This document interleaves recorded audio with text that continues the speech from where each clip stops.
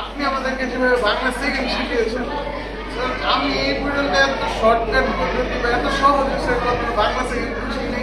আর sir Bangla first পার্টের কথা যদি বলি, বাংলা ফার্স্ট পার্টে স্যার আপনি যেভাবে গল্পটা এক্সপ্লেন করেছেন বা যে কোনো গল্প এক্সপ্লেন করেছেন, এভাবে স্যার কেউ করে না। এটা চমৎকার একটা জিনিস। কোনোদিন কোনো মানুষের জাজ করেন না। আপনি হচ্ছে গিয়ে সব ক্লাসের মধ্যে সবাই সমান চোখেই দেখছেন। যেমন কেউ যদি বেশি পারে সব স্যাররা সবসময় ফেভারিটিজম দেখায় যে দেখ ও পারে তুই চেষ্টা করিস না কেন। আপনি কোনোদিন এটা কিচ্ছু বলেন, আপনি বলছেন যে না সবাই চেষ্টা কর।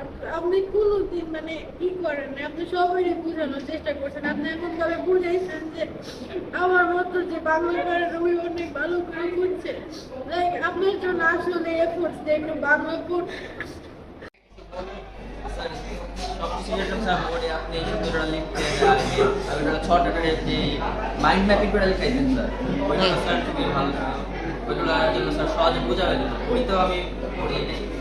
আচ্ছা ঠিক আছে, ধন্যবাদ ধন্যবাদ। আমার সাথে যেভাবে ছিল ওটা আসলে মুখে প্রকাশ করার মতো না। হ্যাঁ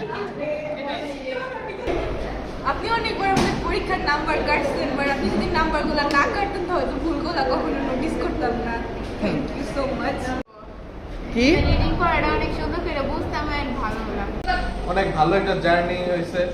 আপনি আমাদের যেভাবে আমাদের বাংলা ফার্স্ট পেপার সহ তারপর যেরকম সেকেন্ড পেপার এগুলো যেভাবে পড়াইছেন, আমি সাধারণত এভাবে কাউকে পড়াতে দেখি না। যেভাবে আপনি এক্সপ্লেইন করছেন প্রত্যেকটা গল্প, প্রত্যেকটা কবিতা, প্রত্যেকটা শব্দার্থ যেভাবে এক্সপ্লেইন করছেন, এটা আমি তেমন কারো কাছে পাইনি কোনোদিন।